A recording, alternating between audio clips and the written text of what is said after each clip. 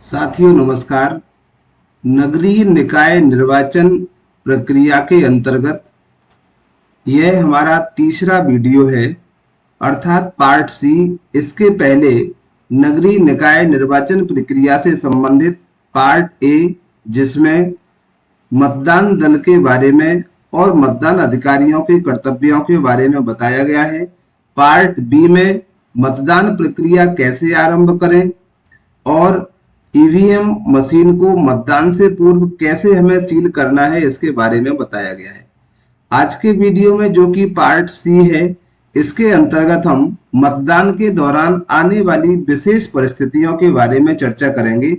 जो मतदान प्रक्रिया संपन्न होती है उसमें 4 विशेष परिस्थितियां उत्पन्न होने की संभावना रहती है। तो ऐसी स्थिति में पीठासीन अधिकारी को क्या करना होगा और हम उनका मतदान कैसे कराएं। जैसे पहली स्थिति आती है, मतदाता द्वारा मतदान प्रक्रिया का पालन न किया जाना। अगर कोई मतदाता आता है और आने के बाद अपनी जो वोटर स्लिप है उसको देने के बाद पहचान पत्र भी देता है। पहचान पत्र देने के पश्चात उस मतदाता की एंट्री मतदाता रजिस्टर में भी हो जाती है। हस्ताक्षर या अंगूठे के निशान भी उसके द्वारा ले लिए जाते हैं। इसके पश्चात यदि कहीं उसका मन बदलता है कि हमें निर्वाचन नहीं करना, मतलब निर्वाचन प्रक्रिया में भाग नहीं लेना है, मैं अपना मत नहीं देना चाहता किसी को, तब हम एक बार उसको समझाइश देंगे कि इसमें नोटा का भी ऑप्शन है, आप नहीं देने का ऑप्शन भी इसमें आप ईवीएम के द्वारा दर्ज कर सकते हैं। इसके पश्चात भी मतदाता मत देने के लिए तैयार नहीं होता है, तब ऐसी स्थिति में आप यहाँ देख रहे होंगे हाईलाइट से कि मध्य प्रदेश निर्वाचन नियम 1995 के नियम 72 टा के अनुसार पीठासीन अधिकारी उसे मत देने के लिए अनुज्ञात नहीं करेगा, मतलब उसे परमिशन नहीं देगा।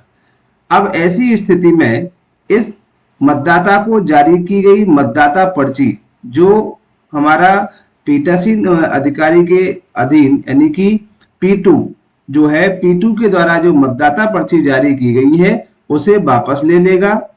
मतदाता रजिस्टर में उसकी प्रविष्टि के कॉलम 6 में जो 6 नंबर का कॉलम है उसमें जो टिप्पणी लिखी जाती है वहां हम टिप्पणी अंकित करेंगे, मतदान प्रक्रिया का पालन नहीं किया जाना। तो ये हम टिप्पणी अंकित कर देंगे कॉलम नंबर 6 में। यहाँ विशेष ध्यान ये रखने की जरूरत है कि इस प्रकरण आने पर भी मतदाता रजिस्टर के सरल क्रमांक में कोई अंतर नहीं आएगा। जो सीरियल नंबर चल रहा है वही रहेगा। मतदान जो रजिस्टर है उसका भरा हुआ प्रारूप भी आपको नेक्स्ट वीडियो में मिल जाएगा। इसके लिए आप हमारे चैनल से जुड़े रहें और आगे आने वाले वीडियो भी देखते रहें। सबसे पहले वीडियो देखने के लिए आप चैनल को सब्सक्राइब करने के साथ साथ बेल आइकन को सिलेक्ट कर ऑल को सिलेक्ट करें, जिससे सबसे पहले आपको नोटिफिकेशन मिल सके। तो ये क्रम हमारा वही चलेगा। तो ये थी आपकी, यदि कोई मतदाता मतदान प्रक्रिया में भाग नहीं लेता है सामान्य एंट्रीज कराने के बाद। दूसरी परिस्थिति आ सकती है मतदाता द्वारा अपूर्ण मतदान प्रक्रिया का किया जाना। जैसा कि हमें पता है कि जो नगर निगम है वहां पर 2 पदों के लिए मतदान होना है, एक महापौर के लिए, दूसरा पार्षद के लिए। अब ऐसी स्थिति में कोई मतदाता, जैसे कि ये पॉइंट है, कंट्रोल यूनिट से बैलेट जारी होने पर केवल एक बैलेट पर मत अंकित कर वापस आता है, तब उसे अपने दोनों मत अंकित किए जाने हेतु निर्देशित किया जाना चाहिए। पहले हम समझाइश देंगे कि आपको 2 मत देना है, लेकिन यदि मतदाता अनुरोध करने के बाद भी नहीं मानता है, वो कहता है कि हमें तो एक मत देना था, मैंने दे दिया, दूसरा मत हमें नहीं देना है, या किसी भी कारणवश एक बैलेट से मतदान की स्थिति में आप अगला मत जारी नहीं कर सकते। इस परिस्थिति में पीठासीन अधिकारी को कंट्रोल यूनिट के पृष्ठभाग में स्थित बटन से जो ऑन ऑफ का स्विच होता है उसे ऑन ऑफ किया जाएगा। इस स्थिति में बिजी लैंप बंद हो जाएगा और अगला मत जारी किया जा सकेगा। क्योंकि ध्यान रहे, इस बार हमारे यहाँ जो वीवीपैट था, वीवीपैट हटा दिया गया है, इसीलिए वहां से जो मतदाता ये पर्ची निकलती थी टेस्टिंग पर्ची वो नहीं निकलेगी, तो जो मत होंगे वही उसमें अंकित किए जाएंगे। उक्त परिस्थिति में मतदाता रजिस्टर की जो छठवां कॉलम है इसमें क्या लिखा जाएगा, जो टिप्पणी देते हैं तो इस कॉलम में प्रक्रिया अपूर्ण या ऑन ऑफ दर्ज किया जाएगा कि हमने जो मतदाता था उसने अपूर्ण प्रक्रिया की है। और जिस क्यों लिखना होगा, क्योंकि जब काउंटिंग होगी तो काउंटिंग में किसी एक व्यक्ति के लिए यानी एक पद के लिए एक मत ज्यादा मिलेगा और दूसरे के लिए एक मत कम मिलेगा, तो ऐसे में हमें प्रक्रिया अपूर्ण लिखना होगा। इसमें हमारे मतदाता रजिस्टर और जो टोटल है मशीन का उसमें कोई अंतर नहीं होगा। तीसरी परिस्थिति है मतदाता की पहचान के संबंध में आपत्ति या अभ्याक्षेपित मत। इसके लिए क्या होती है बात, ये हम देख लेते हैं किस तरह से मतदान हमें इसका कराना है। तो मतदान अधिकारी क्रमांक 1 द्वारा मतदाता के संबंधित विशिष्ट उच्चारित यानी मतदाता का नाम लिया जाता है और उस पर कोई अभ्यर्थी या अभिकर्ता जो वहां बैठा हुआ है वो उसकी पहचान संबंधी आपत्ति लगाता है, दर्ज करता है, तो मतदान अधिकारी द्वारा अग्रिम कार्यवाही रोककर पहले आपत्ति का निराकरण किया जाएगा, इसके बाद ही अभ्याक्षेपित मत इसे कहा जाएगा।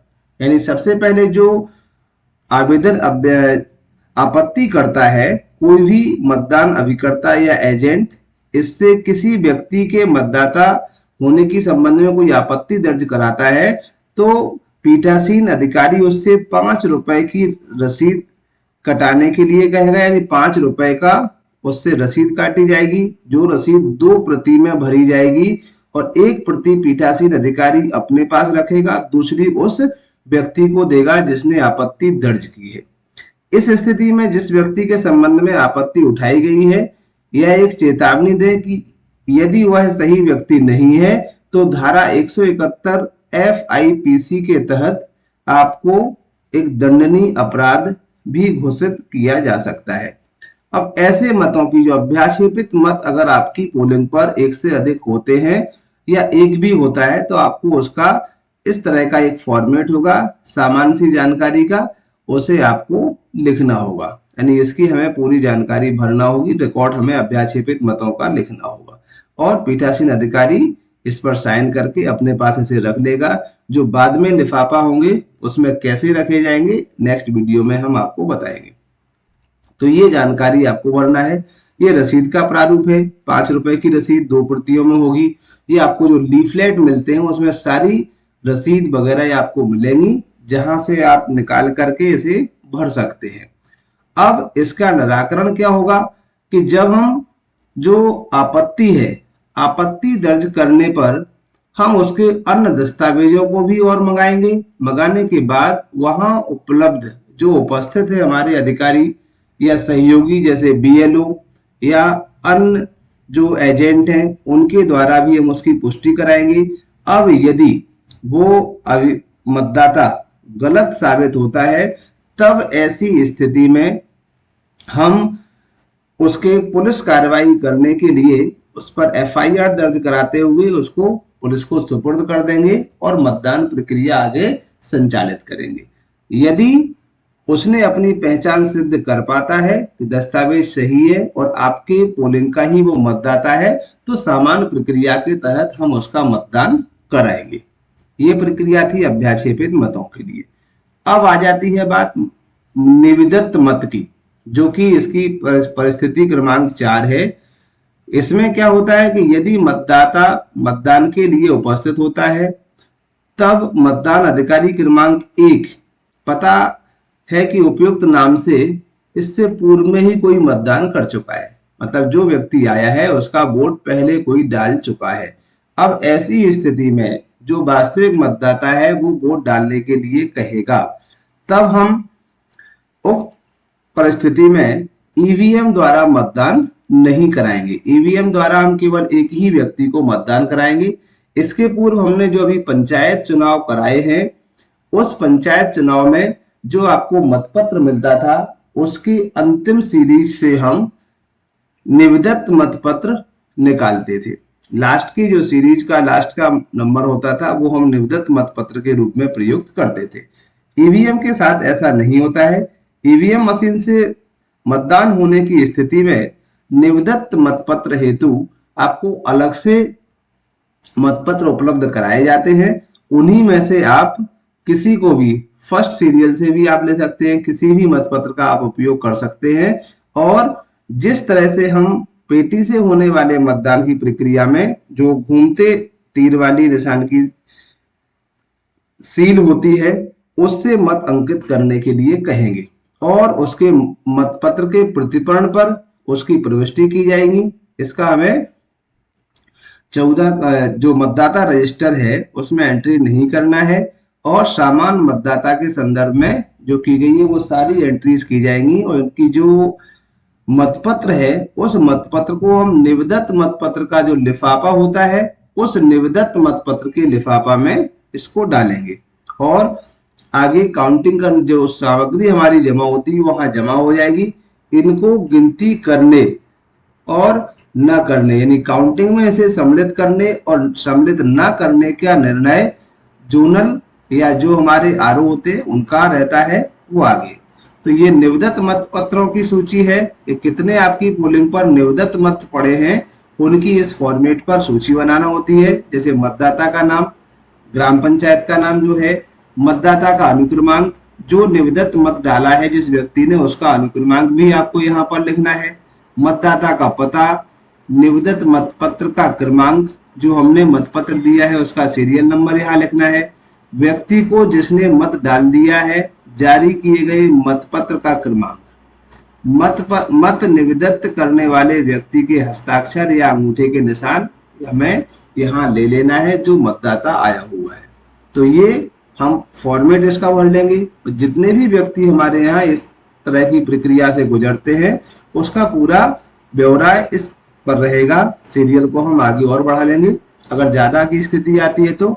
और इनके लिए एक अलग से लिफाफा होता है निवदत्त मतपत्र का, उसमें आपको डालना है। यदि आपके पोलिंग पर कोई निवदत्त या अभ्याक्षेपित मत नहीं डाले जाते तब ऐसी स्थिति में उस लिफाफे को हमें खाली नहीं छोड़ना है।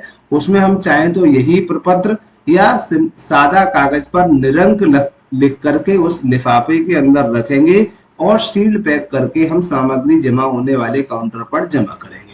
तो साथियों ये 4 परिस्थितियां थी मुख्य रूप से। इसके बाद कुछ अंधे और शिथिलांग व्यक्तियों का मतदान कराते हैं। जैसे कोई व्यक्ति ऐसे आता है कि जो अकेला या स्वयं मतदान करने की स्थिति में नहीं है, तब ऐसी स्थिति में हम उसके लिए एक सहयोगी अनुज्ञात करते हैं।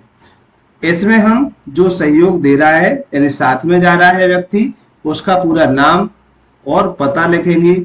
उसका जो वोटर लिस्ट में नाम है तो उसका हम क्रमांक भी इसमें लिखेंगे। लिखने के बाद उसे हम सहयोग करने के लिए कहेंगे कि आप इनका मतदान करा सकते हैं। ध्यान रहे एक ही व्यक्ति को हमें ऐसे अलग अलग व्यक्तियों की सहयोग करने के लिए मतदान प्रकोष्ठ में नहीं भेज सकते। किसी भी एक व्यक्ति को हम एक बार ही उसके साथ में मतदान प्रक्रिया कराने के लिए भेज सकते हैं। तो ऐसे व्यक्तियों की भी सूची हमारी बनती है कि जो व्यक्ति मतदान कराने के लिए जा रहे हैं, अनुक्रमांक, मतदाता का पूरा नाम, मतदाता का अनुक्रमांक और साथी, जो साथी जा रहा है उसका नाम। तो ये जो साथी है इसका इस सूची में केवल एक बार ही नाम आना चाहिए। अगर कोई दूसरा व्यक्ति आता है तो उसके लिए सहयोग के लिए अन्य कोई व्यक्ति जाएगा जिसे जाने के लिए वहां पर उपस्थित मतदाता अभिकर्ता है उनसे भी परमिशन लेना है कि ये इसके साथ में जा सकता है। ये वास्तविक रूप से इसका सहयोगी है क्योंकि यह सामान्य प्रक्रिया के तहत मतदान नहीं कर सकता है। तो ये थी कुछ हमारी विशेष परिस्थितियां जो मतदान के दौरान आ सकती हैं और इन पर हम मतदान कैसे करा सकते हैं। आशा है जानकारी पसंद आई होगी। यदि वीडियो अच्छा लगे तो लाइक, कमेंट और शेयर करना ना भूलें। चलिए मिलते हैं कुछ इसी तरह के नए वीडियोस के साथ। जब तक के लिए सभी को जय हिंद, जय भारत, धन्यवाद।